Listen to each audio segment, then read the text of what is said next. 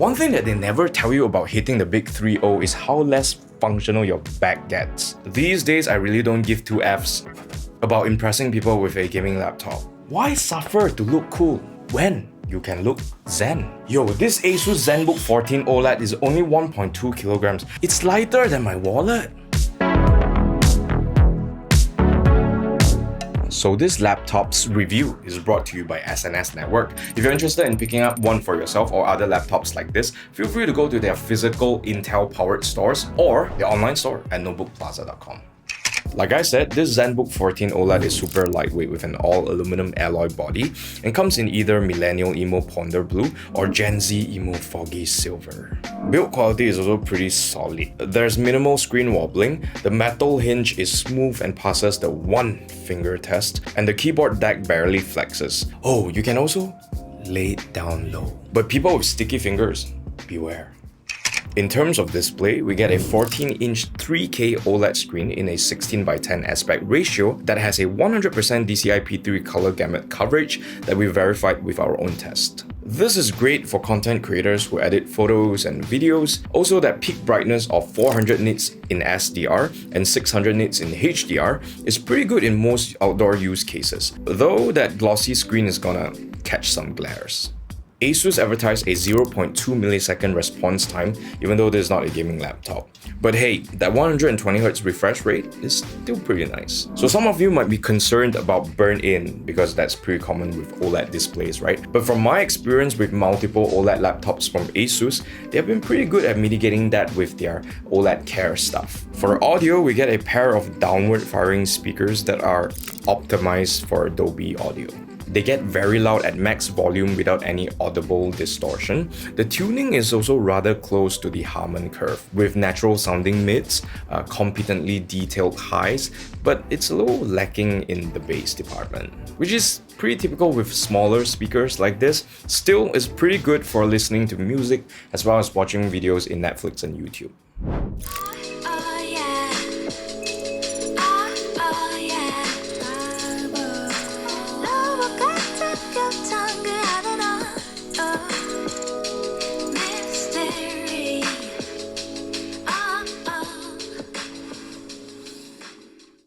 The keyboard is pretty decent with a full-size layout and tiny arrow keys that can be a little annoying. We get keys that are backlit in white, and the key switches are pretty quiet with a fair amount of travel.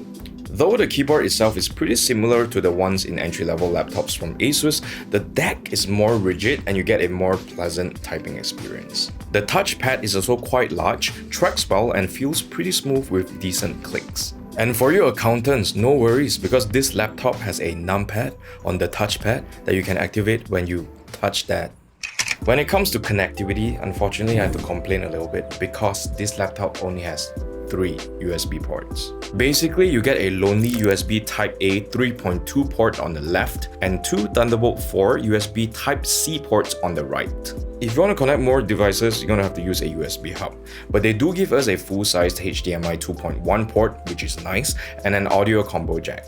Of course, to help you work when you are out and about, there's also Wi-Fi 6E and Bluetooth 5.3. So this Zenbook 14 comes with an Intel Ultra 7 processor with 16 cores and 22 threads, 32GB of DDR5 memory, and 1TB of PCIe Gen 4 M.2 SSD at a hashtag cheap buy 6,299 ringgit. You can swap out the M.2 drive for a larger capacity one, so you don't have to carry an external drive and use up your precious USB port, but 1TB is plenty. And even though the RAM is soldered, 32GB is good enough for most types of productivity workloads. Of course, you can go for the lower end model with the Intel Core Ultra 5 processor, which is almost 2,000 ringgit cheaper, but you also get half the RAM and SSD. But honestly, we can stare at specs all day. Let's just take a look at the numbers. We ran all these benchmarks in the laptop's performance mode. The Meteor Lake Intel Core Ultra 7155H in this Zenbook 14 Ultra will draw around 60 to 70 watts at its high power limit for about 30 seconds before stabilizing at about 20 watts when things start to heat up. I mean, they strapped a rather powerful processor in a compact laptop. I highly recommend a laptop cooler to help the processor go to town if you're running longer, heavier loads. Looking firstly at Cinebench, its multi-core performance is certainly impressive, though the reduced clock speed over last gen just make it slightly slower in single core. For my fellow content creators, here are some Puget Bench tests. To give you some context, for Photoshop, this laptop with the new processor is not going to be a huge upgrade over 13th Gen i7, but it's going to be much faster in Premiere Pro and DaVinci Resolve. In fact, it is also much better value than the new M3 Fruit Brand Pro for video editing.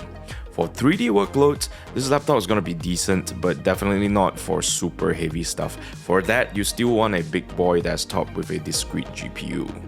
And in case you weren't aware, this Meteor Lake processor also comes with a Neural Processing Unit or NPU to handle AI workloads, so we did a couple of tests with it. While the integrated GPU performs slightly better than the NPU in AI inference, the NPU is designed to be much more power efficient while doing it. Photo editing test results also are pretty optimistic, though because the Green Team's GPUs have been around for much longer, they still have an advantage with Adobe applications. Now I thought I wasn't gonna do too much gaming benchmarks for this laptop, but man, just take a look at these 3D Mark scores.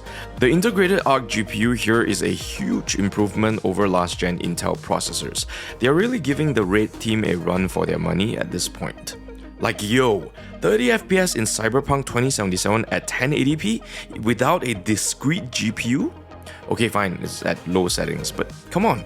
Titles like Ghost Runner get even higher frame rates, and older titles like Shadow of the Tomb Raider will also run fine. But my favorite games to play on this thing is probably like top-down or isometric games like Diablo 4 or Baldur's Gate, and competitive titles like Valorant.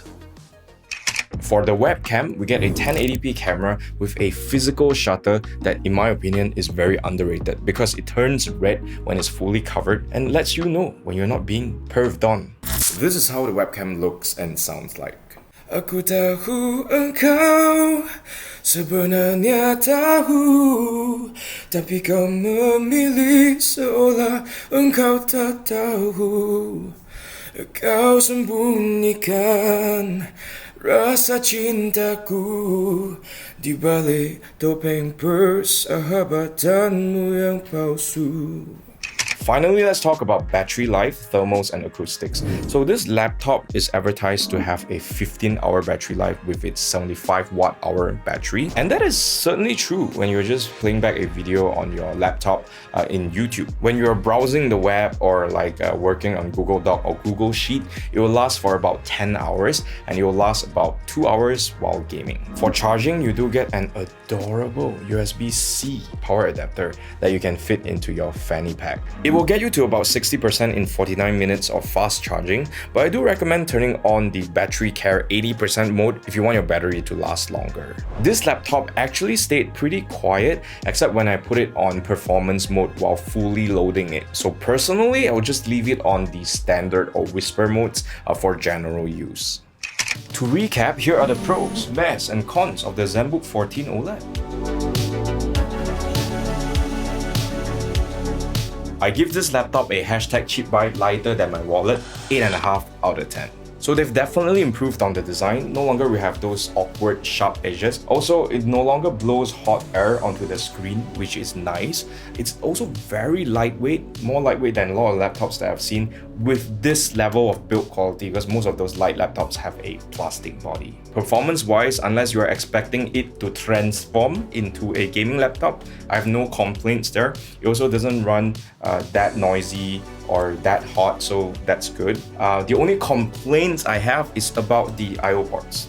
Even though I appreciate the HDMI and also the audio jack, I do wish that they give us another 1 or 2 more USB ports, because I really hate having to lug around, additional USB hubs when all I want is to keep things portable. Still, at this price point for a device like this is one solid contender. So if you want a laptop for your work and you actually travel a lot like I am when I'm going to Computex next week, then this is a very good option for you. especially if you're over 30 and you don't want to hurt your back. And that is everything I have to say about the Asus Zenbook 14 OLED. Leave a comment down below if you have any questions regarding this laptop. Give it a share and like if you thought this video was helpful. Also, don't forget to subscribe to our YouTube channel and hit the notification bell to not miss out on more awesome content like this, if I do say so myself. And follow us on TikTok, Facebook, and Instagram to see more shenanigans from the Mobhouse crew. Again, my name is Bangsawan Shane, and I will see you in the next one.